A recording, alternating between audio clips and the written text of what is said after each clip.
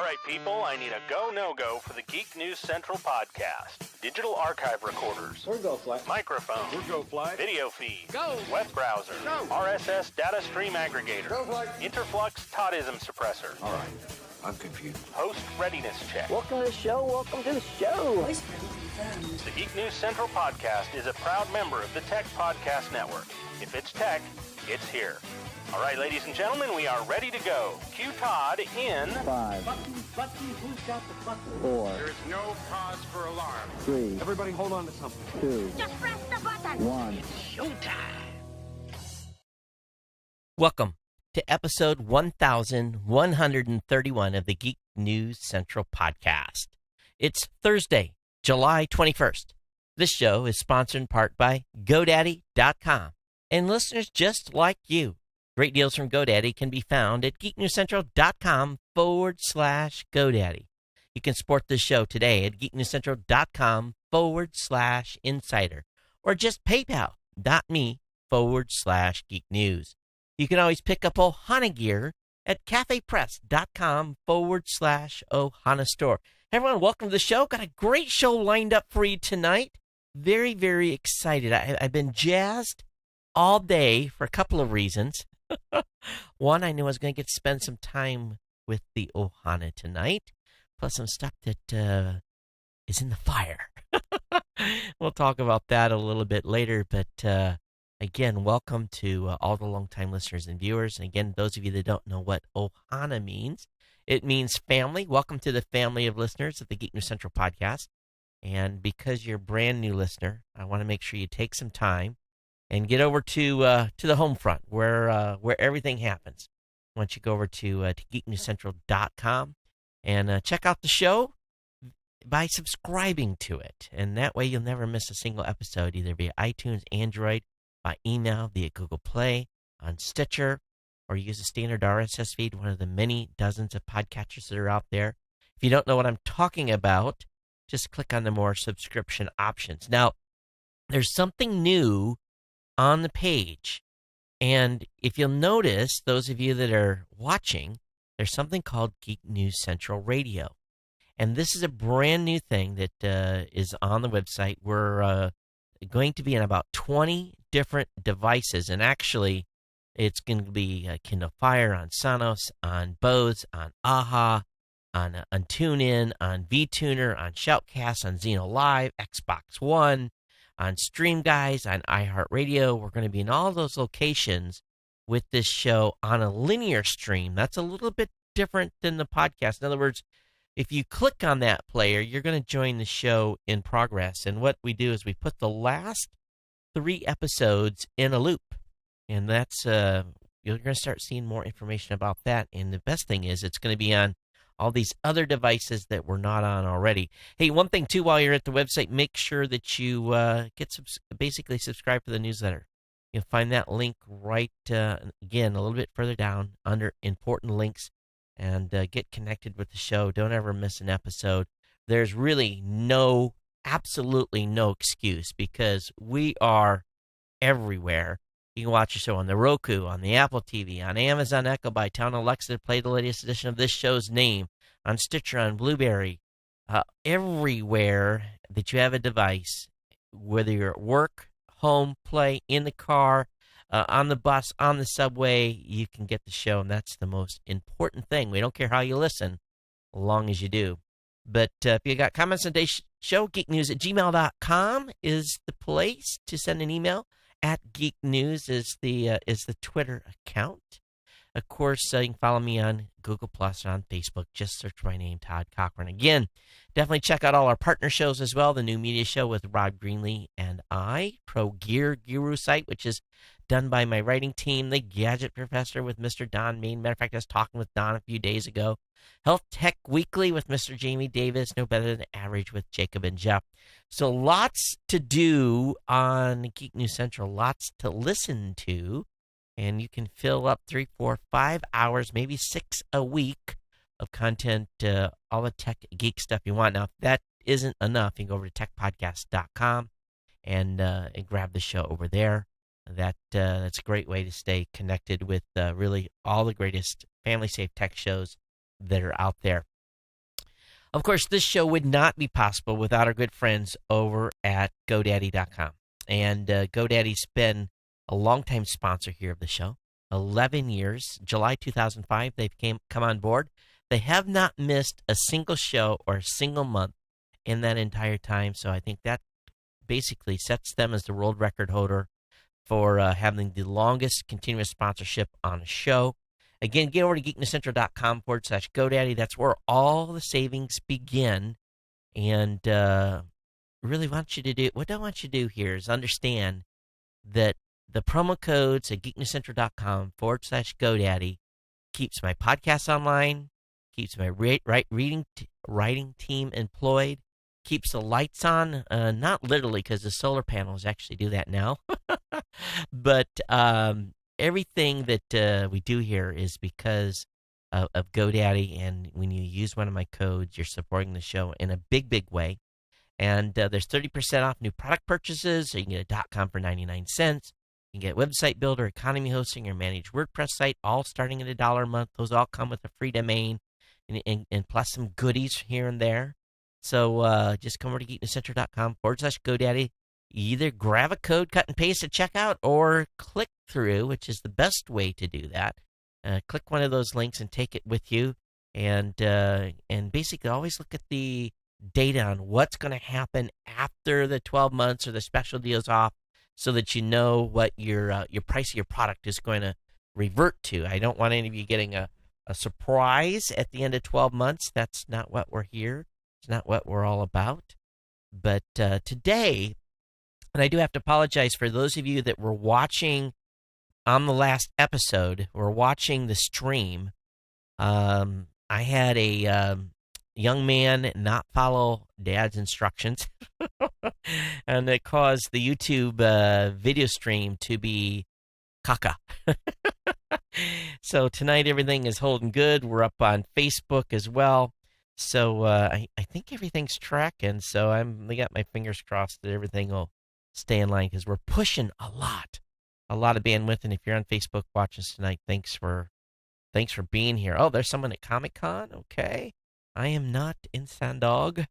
I know that many of you are, so I hope you're having a good time there. Hey, all right, let me go and look through my little short list here. Hey, just as a kind of a catch me up for all of you,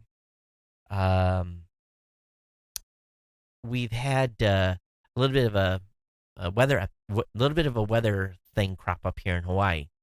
We're expecting Monday. Right now, the track has a tropical storm going right over the top of Oahu, and they're expecting about 50-mile-an-hour winds on Monday. And I don't expect that to cause any issues. My electricity here is all underground. If there's enough sun out to keep the solar panels going, we'll be okay. But we'll see how the weather affects us on Monday.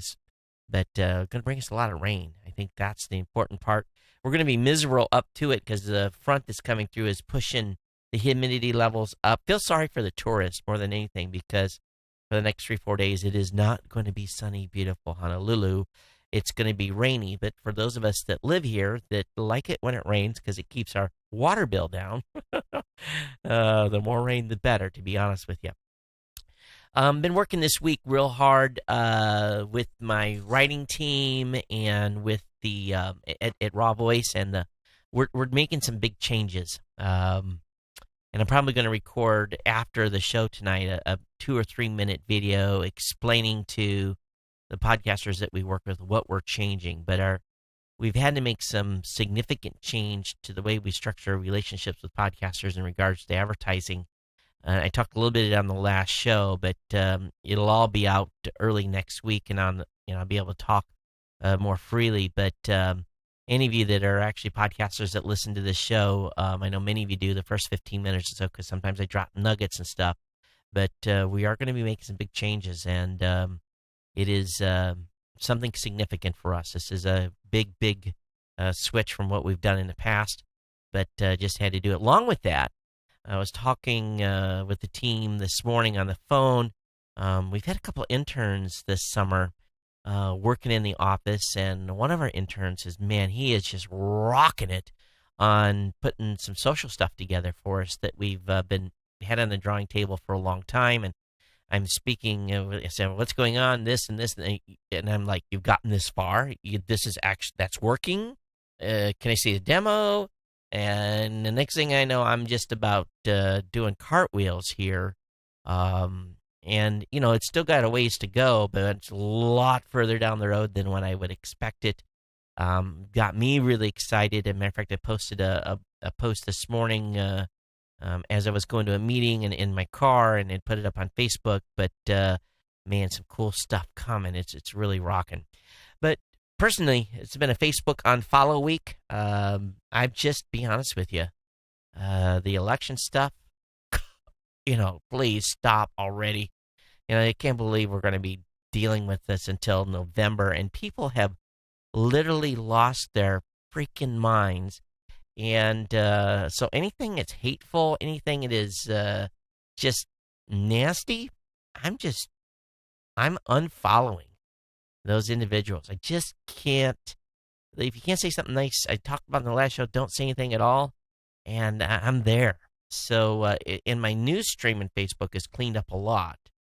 It really has. It's gotten rid of all that stuff.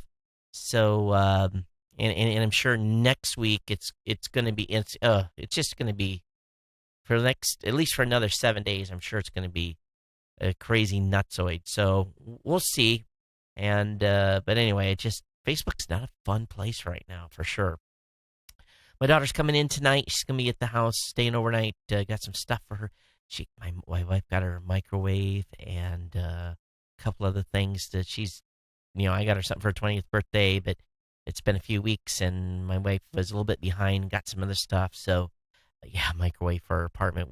My wife was over there and was like, she doesn't have a microwave. I'm like, can anyone not have a microwave in this day and age? So when we were at Costco, we got our cheap $59 microwave. Now, nothing real fancy, but at least she'll have something to warm up her leftovers, which was full of what was, in her refrigerator. I'm like, how are you eating leftovers without a microwave? It just kind of made me, I guess most of us that I remember as a kid, the first time we got a microwave, and I grew, I was probably 8 or 9 when the first microwave came in. Those things weighed about 500 pounds. It was a miracle, life-changing for all of us. There was a time before the microwave. Most of you probably don't remember it. But we're coming down the end of summer here, and Hawaii K through 12 is getting ready to go back to school.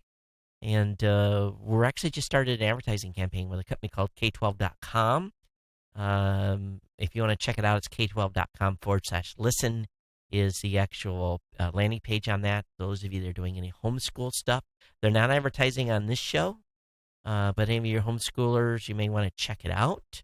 And they've got curriculum and a variety of other stuff. And again, they just started advertising with my company at Raw Voice and a bunch of homeschool-style podcasts. So we're excited to have them on. But, yeah, K through 12, kids are going back. End of summer here in Hawaii. Very, very short summer versus the mainland months where you guys, have at least about another month or so.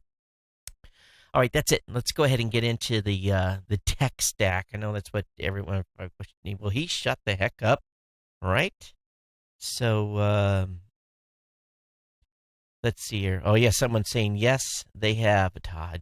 Just plain old mean on the political front. I mean, there's a lot of pissed off people out there, and it's crazy. Absolutely crazy. All right, and you guys don't want to hear it. You guys we're all overwhelmed, right? But you guys want to get mad. You really want to get mad.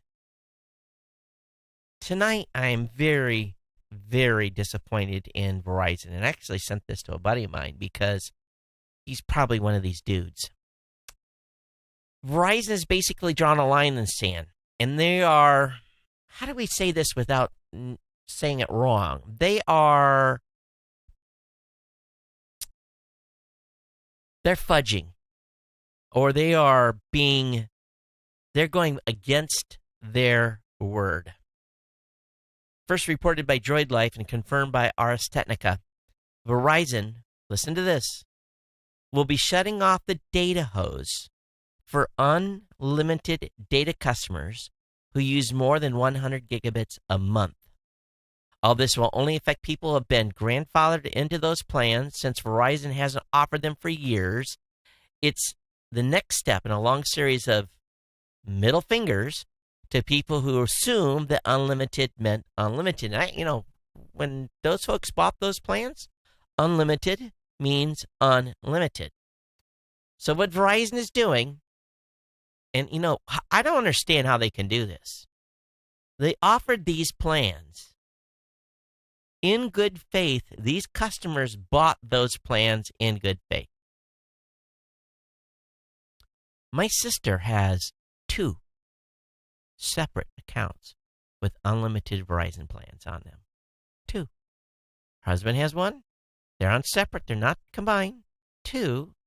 And they use their unlimited data a lot because they live in the country. They don't have a lot of access. So I don't know where my sister falls in this, but they could lose their accounts because by August 31st, Verizon customers flagged using extraordinary, that's the word they're using, amount of data will be forced to switch to one of, forced, not be told they have to limit their data. They're being forced to switch to one of Verizon's paid tier plans or have their accounts deactivated. Yes, you heard that right. They're going to deactivate their accounts.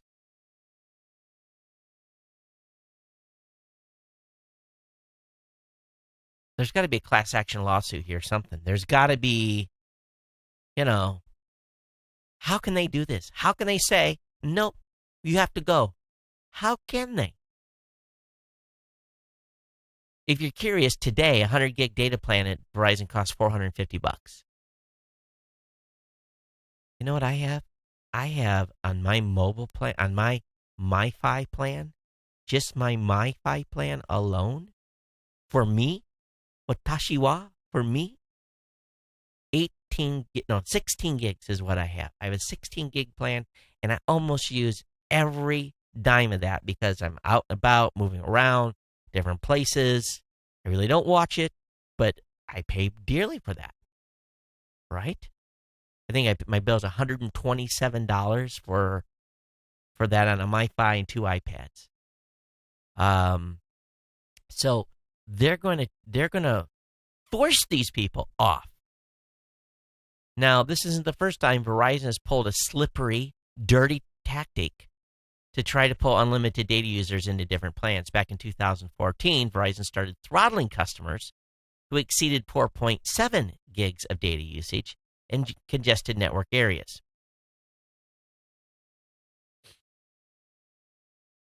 This is dirty pool. Very, very dirty. And you know what? It tells you that corporate America cannot live by the agreements they have made. They made a bad business decision years before. A bad decision.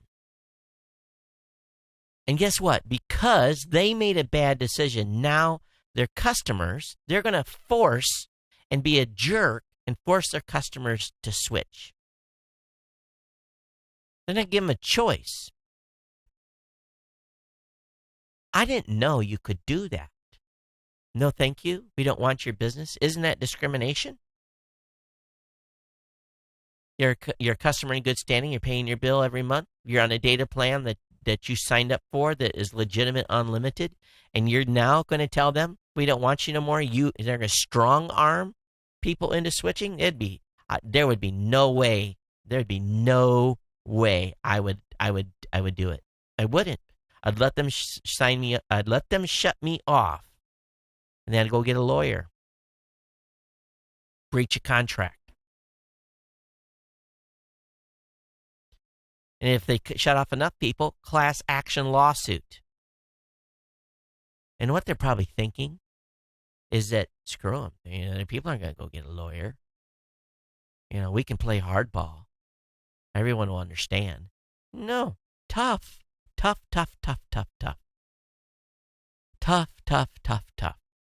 it has to be a lot of people. So they started 100 gigs. You go over 100, you're on this, this strong arm to be removed.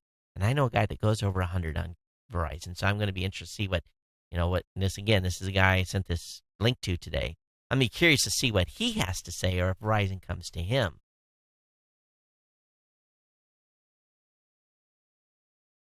And a related note, Sprint, T-Mobile, and AT&T still offer some form of an unlimited plan, quote unquote, ha ha ha.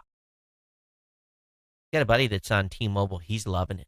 He's saying, hey, I'm not having no problem. They're supporting me. It's cheaper. They're not throttling me. Works great. So these we'll see if the FCC does anything on this one. We'll see if the FCC goes after them and then Verizon retreats. Love to hear your thoughts on this. geeknews@gmail.com. Geeknews@gmail. Are you one of those? Are you one of those folks? Got 100 gigs over? How much of your unlimited data plan are you actually using, folks? Please tell me. Let me know what you're using. And here's the situation, though. For the majority of people, we're never going to use 100 gigs. But when you're in a situation like my sister is, or my buddy is, they don't live in areas where there's wired internet. Everything is wireless. So when they signed up for unlimited service, that meant unlimited, and that meant they're able to tether their device and be able to get all kinds of access. So, someone says that Verizon saying that a 100 gigabit data plan is supposed to be shared amongst a large pool of people. Well, I be honest with you, on my mobile phone, which Rob always pays for, we've got 7 on us with 20 gigs of data shared, and we're always running out. We're coming very, very close. So again, but it's just for the mobile phones. It's not necessarily for iPads, and we're not tethering either. So, interesting time. Naughty on Verizon. All right, a Wall Street Journal reporter who covers Beirut and actually has written some pretty aggressive articles that weren't necessarily 100% U.S. positive, was flying. She's a U.S. citizen. She was flying back to LaGuardia or New York, one of those two airports, and she got into customs, and the Wall Street Journal reporter was pulled aside for it was customs pulled aside by Homeland Security for secondary screening. They it was in Los Angeles. I'm sorry. So they took her aside and started asking her a lot of questions. Again, American citizen, reporter, coming home to go to a wedding. Works for Wall Street Journal, and she started being treated pretty brutally by Homeland Security. They even asked her. They wanted to seize her 2 phones, and that's where she said no. You can't have my phones. I'm a reporter. I'm my First Amendment rights. There's resources on here. There's contacts, and there's articles that I have written. The contacts are in this phone from the sources. You can't have my phone. And off they went, and a little bit later they came back and finally let her go. So why she was eventually spared, she does not know at this point. She is writing a letter contesting Department of Homeland Security treatment of her, but they gave her a document that talked about inspection of electronic devices. Now, I thought we were past this particular. We're going to have to go back, and I'm going to have to go back and review some content, but there is a provision that was put in place in 2013 that allows, I guess it's a USC 1225 is the USC charter, or basically it's the statute 1225 that allows the customs folks to seize your electronic devices, and they can keep them for a reasonable time. And basically, they can go through your phone. And this is, and they don't guarantee you're going to get your devices back. So, if you're an American citizen, you're coming into the country.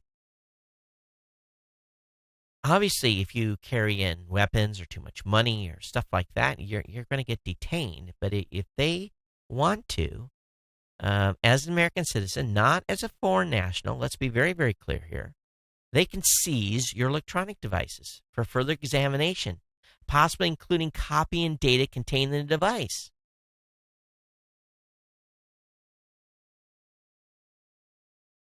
Did you guys know this?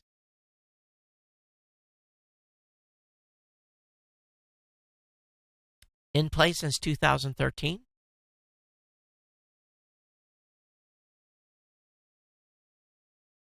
I'd be honest with you, I didn't know. I understood if you're a foreign national coming in that you could seize, but they don't need a warrant. They don't need nothing. They can just, because you're in this like exclusion zone, that's what they call it. You know, you're in the United States, but you're not in the United States. You're in the customs area. That they can take your stuff. Now, she was a reporter. She was worried about having information that she had developed as a journalist. And I guess she raised enough stink, basically, I worked for the Wall Street Journal, that apparently they backed off. But they were asking this young lady, and again, I don't know her age. And by the way, she was Arab. I'm assuming this by her name, by her last name. So it's an assumption on my part. But she works and she has dual citizenship, Beirut and United States. So a little surprising to me here, a little bit. But again, this 2013 legislation has very broad powers, and the legislation also circumvents the Fourth Amendment that protects Americans' privacy and prevents search and seizures without a proper warrant. In other words, they don't need a warrant. They can just take it because they feel like it. Maybe I missed this. Maybe we talked about it and I forgot about it. But just heads up. They can take your stuff. I mean, there's nothing, absolutely nothing you can do. You can walk out of customs naked, and they could care less. So just to let you know, that is potential out there now. Been warning about this for a while. Spotify. They're monetizing off you. If you're a Spotify user, your friends and families aren't the only ones who are able to check out your playlist. The popular streaming service is now the latest platform that's opening its data to targeted advertising. Everything from your age, gender, to your music genres that you like to listen to will be available to third-party companies. That's one good thing about podcasting. We'll never sell your demographics. We'll never we will never individually target you in the podcasting space. Now, because you've subscribed to this show, because you've actively played, and you're a geek and you like to listen to tech news, that makes you a great recipient for that type of advertising. We already know that, and we've been successfully executing on that for 12 years, but we're not going to be able to target you individually. But at Spotify, they are. They're calling it programmatic buying.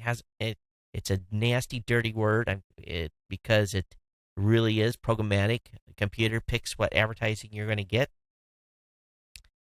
So just be aware of that they're selling your information to advertisers. You have now become the product on that service amongst others.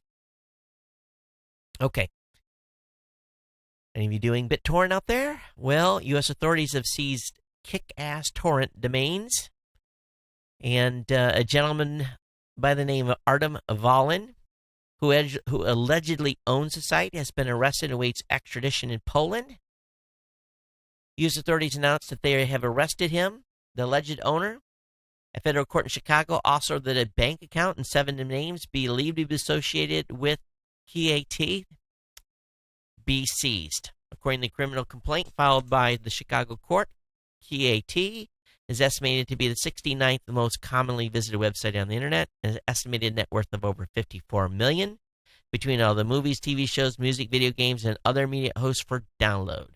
Assistant Attorney General Leslie Caldwell says KAT is responsible for unlawfully distributing over $1 billion of copyrighted material. So just like Mega Upload, they're going after this guy, and probably in Poland, he'll probably get extradited pretty fast. Basically, the Assistant Attorney General said that the arrest in Poland proves and demonstrates that cybercriminals can run, but they cannot hide from justice. Why haven't they been more successful in arresting terrorists? That is the question, right?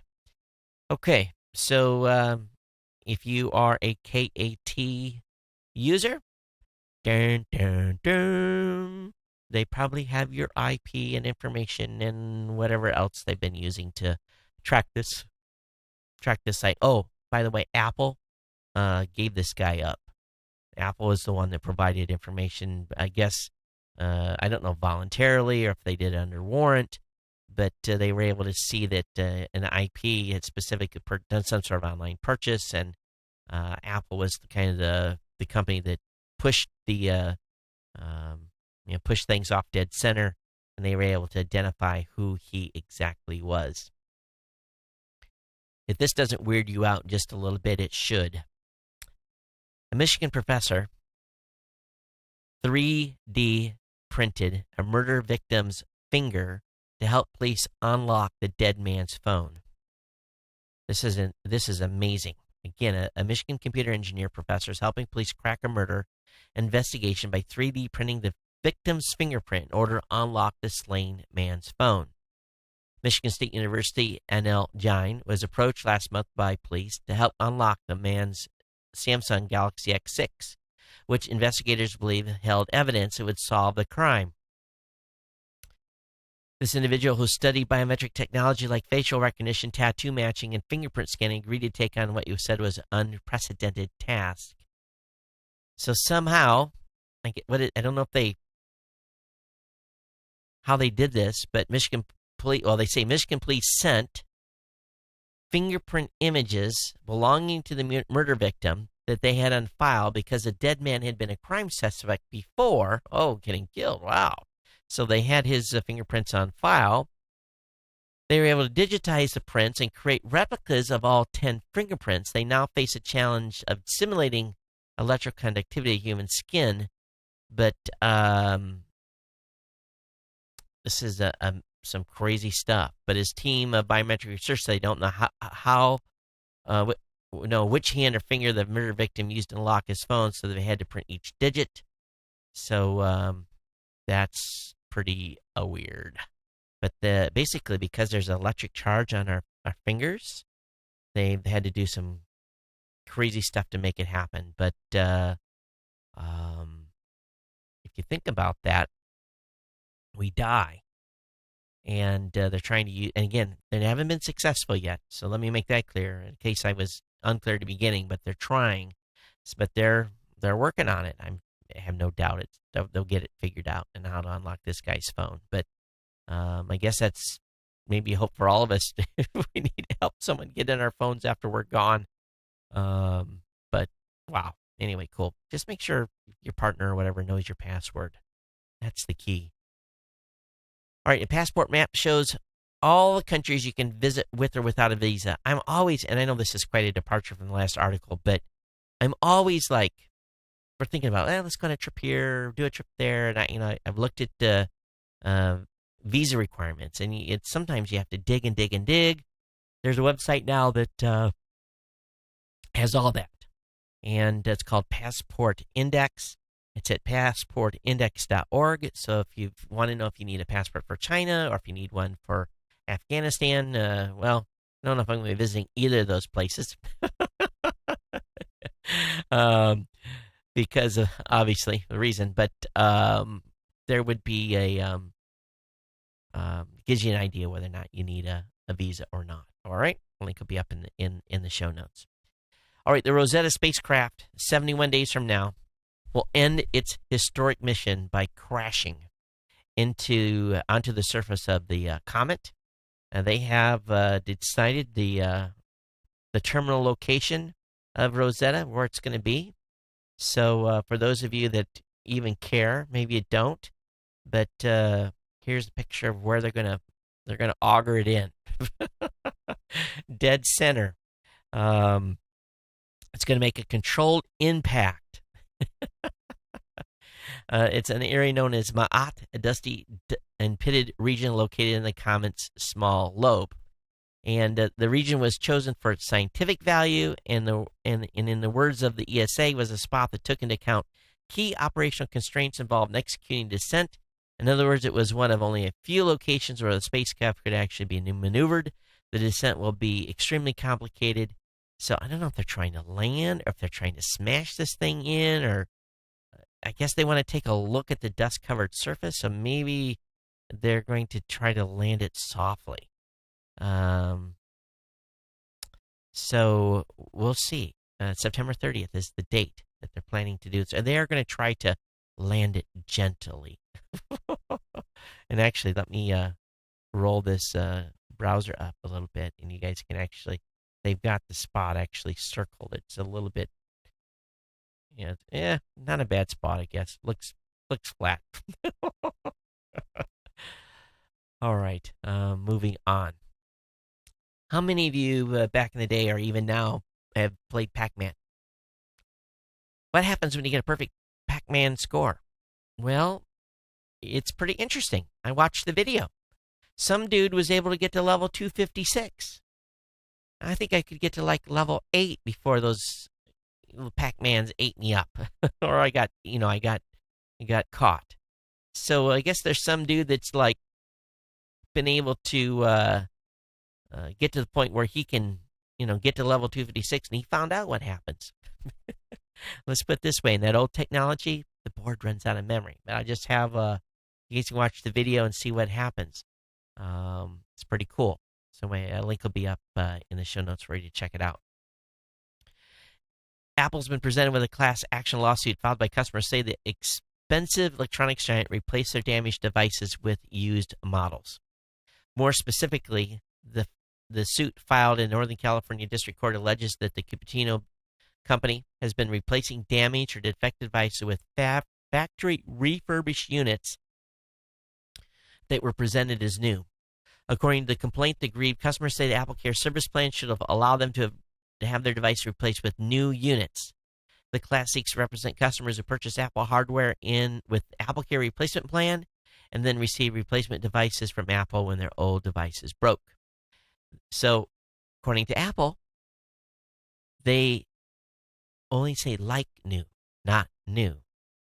The Apple alleges that it means refurbished. Refurbished is synonymous with the term recondition. That is, a secondhand unit has been modified to appear to be new for all purposes relevant to the litigation. So Apple's saying, nope, we never promised new. We're going to give you a reconditioned. So have you had something replaced by AppleCare? Did you know that you probably didn't get new? Did it look like new? Did you assume it was new, but did you really know it was new? Interesting move, yeah? Makes you go, just a little bit. For the cost of AppleCare, I would expect brand new, shiny out of the box new versus reconditioned new. All right, Galaxy Note 7. There's a video of its iris scanner. And this video is short enough. I don't know. I always get weirded out about playing videos on the show, especially when I'm streaming on YouTube, because they shut us down sometimes when I do this. I won't play it, but basically this phone has it unlocked by scanning your eyeballs. So instead of using your finger, it looks at your eyes, say, yep, that's him, and unlocks your phone. pretty cool stuff coming to a Galaxy Note 7. All right, moving on. Next topic. Well, scientists are just puzzled just a little bit, and I'm going to be kind of straight up. Scientists have been chasing dark matter for a long time. They really think it's there. But the latest, most intensive search yet has turned up nothing. Dark matter still MIA after most exhaustive search yet. The Lux detector, the team behind one of the most sensitive dark matter detectors, announced its full experimental run had failed to turn up any of the particles it was looking for. The Lux detector, Large Underground Xenon, is designed to pick up signs of weakly interactive massive particles, or WIMPs, when they engage in one of their rare interactions with normal matter. The null results doesn't rule out the existence of dark matter, but it limits potential properties. Now, here's the thing. If something is that elusive, so, we're flying through space. This ball we're sitting on is just absolutely screaming. We're spinning. We're making a loop around the sun every 365 days, so we're covering some space. And they got this little detector deep underground waiting for a dark matter particle to pass through this thing so they can register it, right?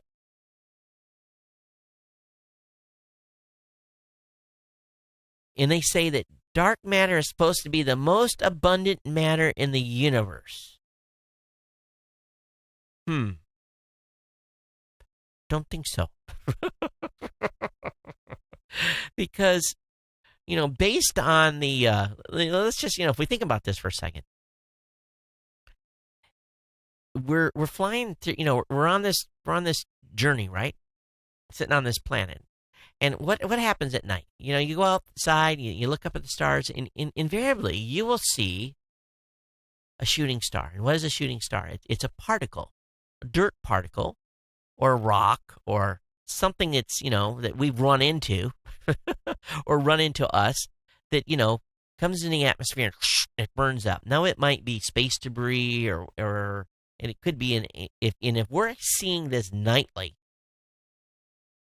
dark matter is definitely not. Of course, now, let's be honest. They're trying to, put dark matter down a, receptor probably about big as a basketball. So, it's a pretty small area to shoot for. But if it's still the most abundant matter in the universe, shouldn't we have seen something? Should not. Makes you wonder just a little bit if the scientists have got a lock on this or not. They think so. A lot of bigger brains than mine are, saying that's the case, but it makes you go, doesn't it? Hey, Mozilla. This is important. Mozilla's Firefox to turn off Adobe Flash by default in 2017. In 2017, Firefox will require a click to activate approval from you before you can trigger Flash-enabled videos and other Flash content on a website. Mozilla engineering manager Benjamin Smeedberg said Wednesday in a blog post, that means the Flash content will remain dormant unless you actively click on a link or icon that says Activate Adobe Flash. Adobe Flash has been a long necessary feature that enables web developers to offer games, video, and streaming media via the web browsers. But HTML5, which my site and all of Blueberry and all the raw voices stuff, we're 100% on HTML5. The Flash thing has long left the train station here. But with all the bugs and all the security issues around Flash, I am not surprised whatsoever with this move. And a very interesting development, the Electronic Frontier Foundation has filed a lawsuit challenging the DMCA's digital lock provision. Okay, so digital lock provision is essentially if you have a mobile device and it's locked and you find a way to circumvent the mobile device being locked and unlock it, if you've hacked it to do it, you actually are in violation of the DMCA. We know there's been some court stuff on this already, but the Section 1201 of the DMCA, also known as the Anti-Circumvention Clause, as we've talked about many, many times on this shows, makes it against the law to manufacture, import, or offer to the public, aka provide or otherwise traffic in any technology, product, service, device, component, part that is designed to circumvent DRM. There are all sorts of problems that we know about this already, including the fact it doesn't matter why you have that tool or why you're circumventing the DRM. It's just that it's illegal. Doesn't even mean if you're doing research, it's illegal. The only safety valve on this ridiculous piece of legislation is there's a trial and review process where people can go in and complain, but it's really never made no difference. But this lawsuit by the EFF and a bunch of lawyers point out that the Supreme Court has long stated that fair use is the safety valve that stops copyright law from violating the First Amendment and regulating speech, but fair use isn't an allowable defense under the 1201, leading to question or not whether 1201 itself violates the First Amendment. So they're going to go after that angle. They're going to go after research, security research as an angle for the law. They're going to go after the trial and review process as part of the lawsuit, and they're going after this multiple different ways. And we'll see where this is going. You know, the argument for 1201 that they're presenting it in this piece of in this lawsuit is compelling, but you know 1201 has a lot of problems. So we'll see where the EFF gets on this. They've been very successful in a lot of cases. They haven't lost too many. So I hope they've done all the necessary homework and are going to move forward here. Hey, Elon Musk basically announced Tesla's 10-year plan. And he went into some details of where they're headed. So I'm just going to give you some highlights here. Master plan in short. He is going to... is this the right one? Oh, okay. I got to back up here because I'm going down to an older one. So autonomous big trucks and smaller on-demand buses. He wants that he feels that there's two relative small segments of premium sedans and SUVs, that's relatively small segment of going to be their business. But he wants to go after two other types of electric vehicles, heavy-duty trucks and high-passenger density urban transport. He said are both in development and should be unveiled next year. He sees them as autonomous vehicles. Others are working on autonomous combustion engine trucks, including Freightliner. And Musk says that Tesla's Semi will deliver a substantial reduction in the cost of cargo transport while increasing safety and make it fun to operate. So, again, we've talked about this where the truck does the long haul by itself, then pulls into a staging area where you have a number of truck drivers that take it the last 20 miles or so. So that is one case. Now, whether or not they can put enough batteries in a truck to haul a semi-trailer across the country and go 600 miles without stopping is a whole different situation. But especially if they're going to be autonomous, they don't have to stop and rest. Now, I'm sure truck drivers, they're laughing about this. But also they're talking about a Tesla bus that would also be autonomous, that's going to work in city situations where they're going to be able to, you can order a vehicle and the bus stops at your location to pick you up. I think this is a little bit far-fetched. I don't see where they're going to allow humans to get out of the driving seat anytime soon. But the new Tesla plan backs off from a similar, smaller, cheap Tesla EV. So they're going to be looking at diversifying here. But really, what's going on is they want to leverage autonomous driving with some of these some of these technologies that are set for disruption, and they think truck driving, specifically long-haul truck driving, and the ability to do local transport of passengers is where that's at. So we'll see. He's a pretty smart dude, so he wouldn't be talking about this unless he had some weight behind it. All right, those of you that are playing Pokemon Go, here is a enterprising Pokestop shop CEO. And this is awesome. This young lady, she become quite the entrepreneur, and she set up a little stand.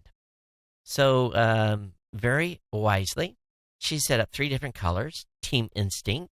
What's the other 2? Team Valor and Team Mystic. She had a blue, red, and yellow snacks. She had yellow Doritos. She had, yellow Lay's, red Doritos, and blue Doritos, along with blue, red, and yellow cups, along with associated drinks that go with them. And she was at a Pokestop and selling stuff. Smart young lady. I hope she made a lot of money. So this is one lady that will make a few dollars off the Pokemon Go.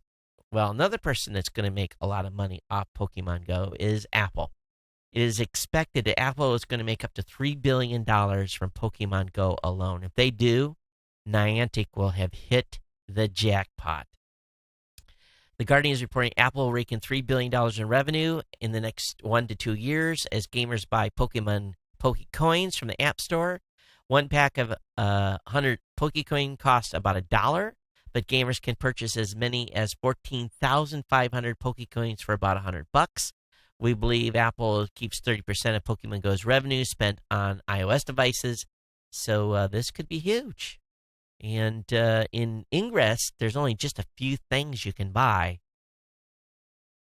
There's just not very much stuff that you can get in Ingress.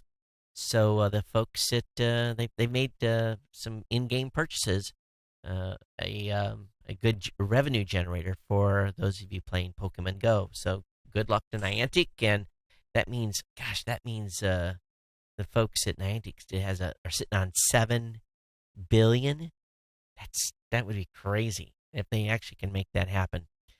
All right, an interesting piece today that, man, you all were like on this thing big time. I think I got 5 emails today from you folks on this particular article alone.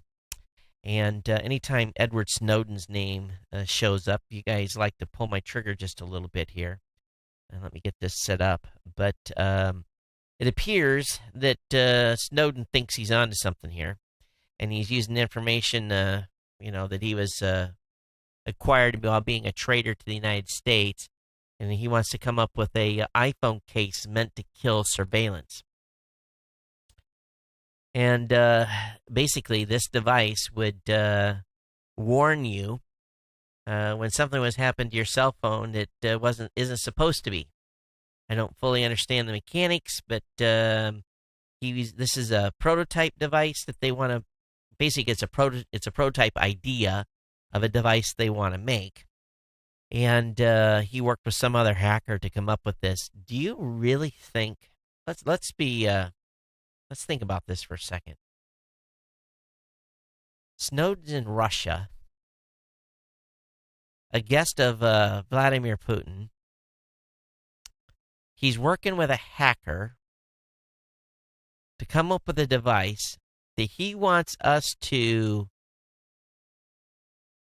number one, interface with our SIM by using this device, and actually the SIM card interacts some weird way with this thing, and to give them control of our phone. Who do you really trust? And let's just think about that for a second. Edward Snowden is working with a hacker. Snowden lives in Russia, and they want to come up with something that we are going to plug our devices into. You have got to be kidding me. His concept functions like a battery case that can attach to an iPhone, but it also wires into the handset SIM card slot. A small computer in the case will then detect the handset's radio transmissions. Any unusual activity can trigger an alarm. A small display embedded on the case can also show updates. And it has a kill switch to shut the phone off instantly if it detects something going on.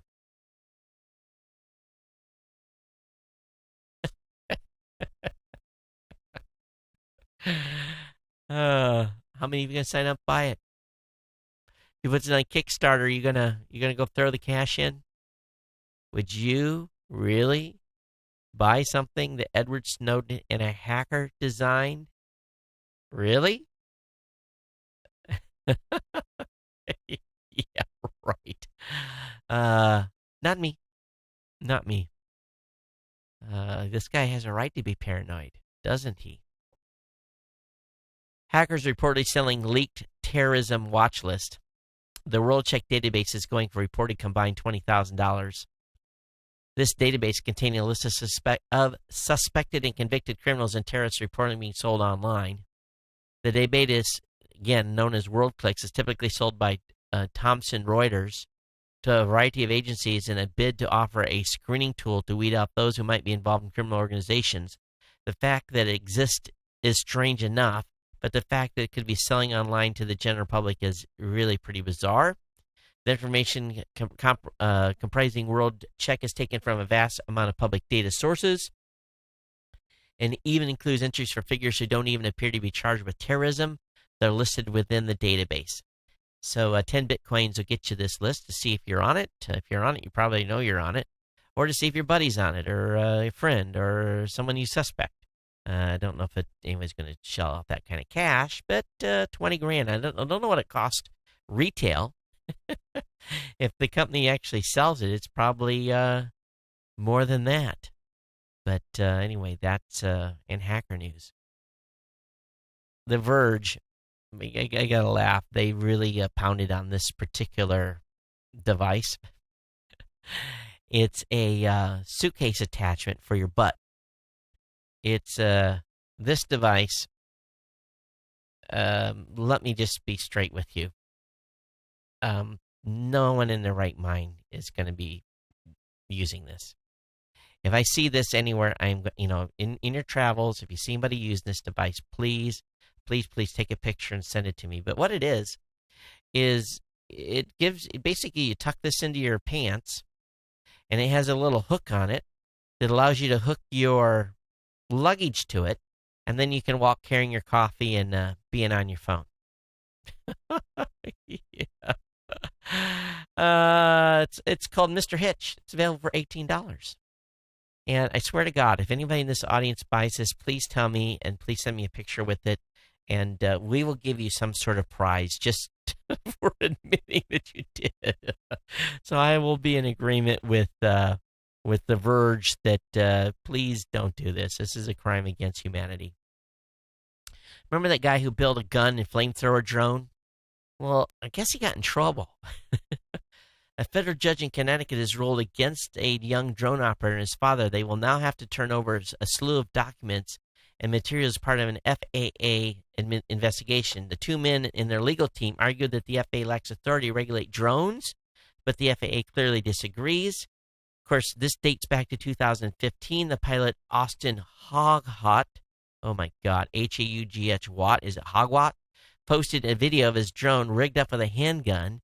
By early November 2015, the FAA sent the two a subpoena seeking substantial amount of records, including purchase records and counting of what monies, if any, were gained from the flying gun YouTube video. I guess they thought this was a commercial operation, or where's the angle here? I'm not 100% sure, but they also flew a flamethrower recently, and they want the video on, or they want the data on that too. So we will see what this develops. We'll see if these guys are charged with some crime, or if they fined, or whatever it may be. I don't know what law they've broken, and that was the point of the fight, to not give up the data, because they said, hey, are we being accused of something, or is there something we should know? Is there some statute that we violated?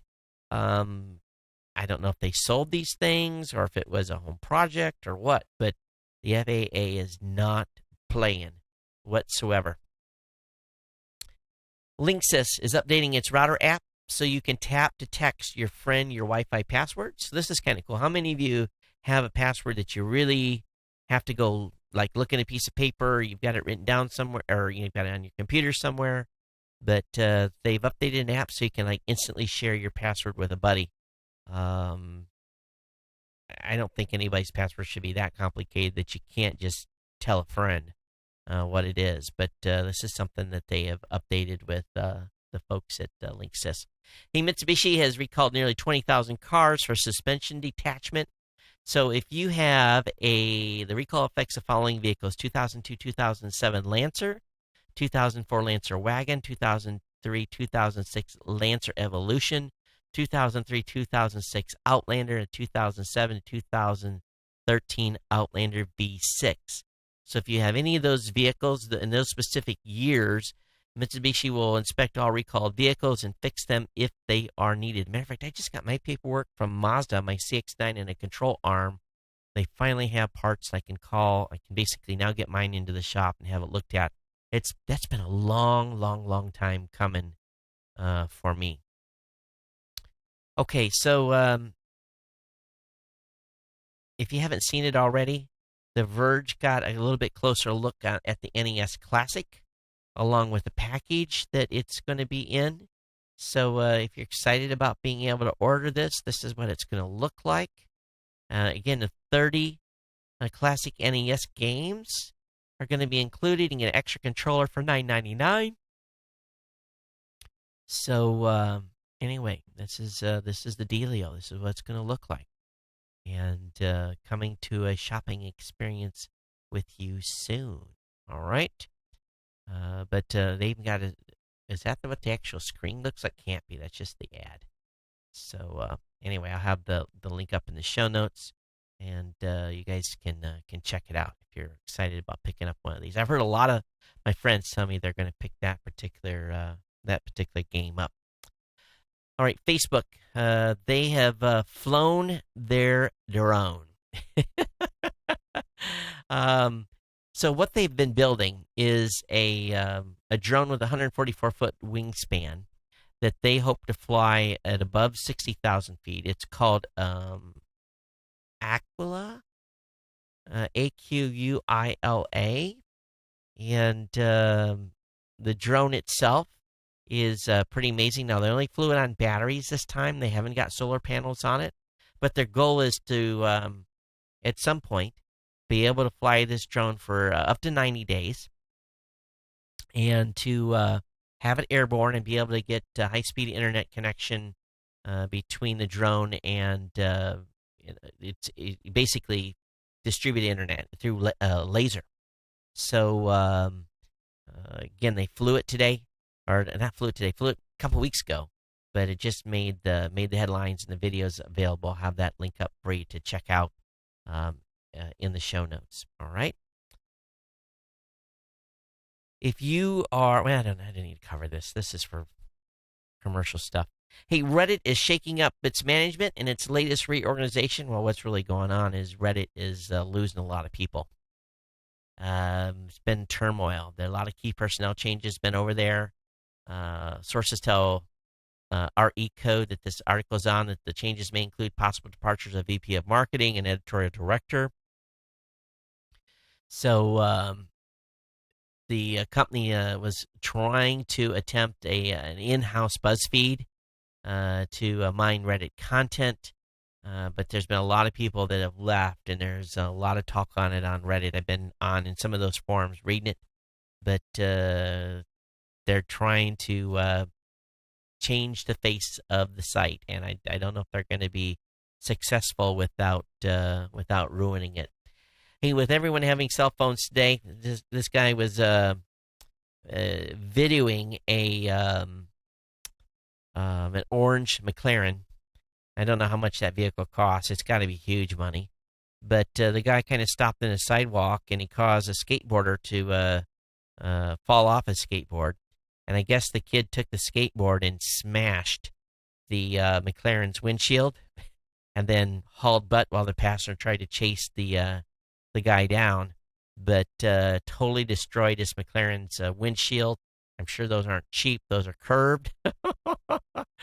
But yeah, the kid on the skateboard was not happy, and they didn't catch the kid on video smashing the windshield, but you can see the imprint, and it definitely looks like he utilized a part of his skateboard that to do it.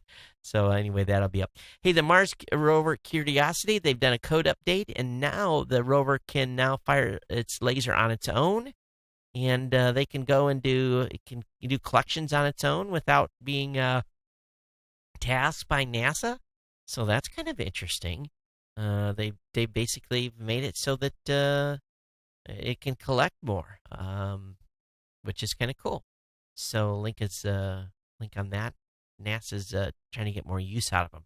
Hey, a teen was able to thwart boat thieves with his Phantom drone. He saw someone hauling off his boat, and he quickly launched a DJI drone and chased the boat down that was under tow.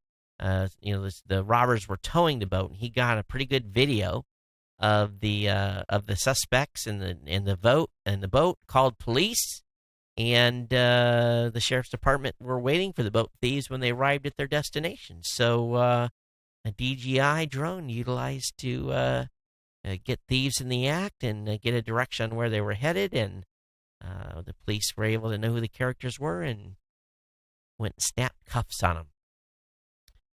It's a momentous day. The last VCR manufacturer in Japan will close shop next month. They're still selling VCRs. You need a new one? Better buy one soon. Actually, don't worry. There's Chinese companies still making VCRs. So the last VCR manufacturer in Japan will close shop next month. It's basically they're only selling about 750,000 a year. So Funai Electrics is been struggling to source smaller parts needed to build the players, and they're saying that's it, we're done. VCR has seen better days. And finally tonight, Comcast offer prepaid TV and internet service in areas that they aren't necessarily servicing currently with in programming areas. So they're going to introduce prepaid TV to attract customers whose credit ratings do not qualify them for post-paid services. Wow, okay. The service will roll out in Michigan, Georgia, Florida, and Indiana, and will extend to the entire country by the end of 2017. So I guess it is where they're currently servicing, but they're just going to go after people with bad credit ratings. I didn't know you had to have a credit rating to get a cable account. That's news to me, because you're always paying. You don't pay in arrears. You pay in advance for cable.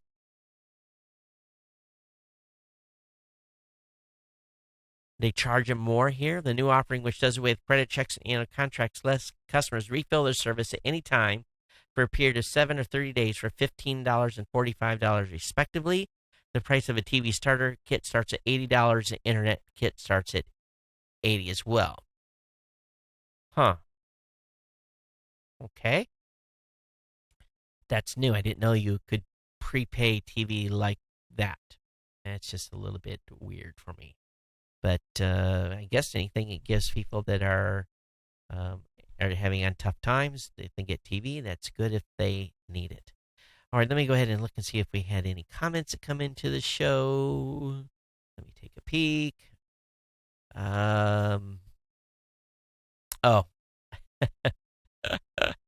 The download YouTube links for Snowden trailer are now available online for those of you who want to go see the movie.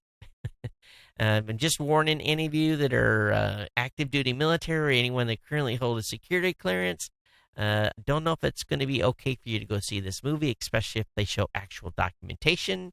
You could be in trouble, so just be aware of that. Check with your local security officer before you go see the movie Snowden.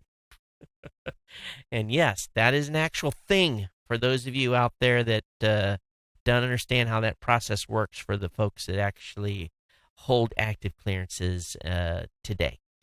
That's going to wrap me up. geeknews@gmail.com. geeknews@gmail.com is the email address. Thank you for supporting my sponsor, GoDaddy. It's greatly appreciated. If you have comments on today's show, any place really, Geek, you can do it on Twitter at Geek News. You can follow me on Facebook or on Google+. Drop me a line there. But we definitely enjoy your email feedback when it comes in, whether it be positive, negative, or if you give a show review, whatever it may be. It is definitely appreciated. But thanks, everyone. I hope you have a great weekend. Of course, I'll be on Saturday for the new media show for those of you that you may be interested with Rob Greenlee. Other than that, going to be trying to give my 12-year-old some extra dad time this weekend. And his big brother's busy doing other stuff. So he's a little bit bored since he's been home from his grandma's. So I have to step up the game a little bit more. And we're going to do something and do some dad stuff. But other than that, everyone take care. We'll see you next time here on the Geek News Central podcast. Thanks for being part of the Ohana. Everyone take care. We'll see you next time. Aloha.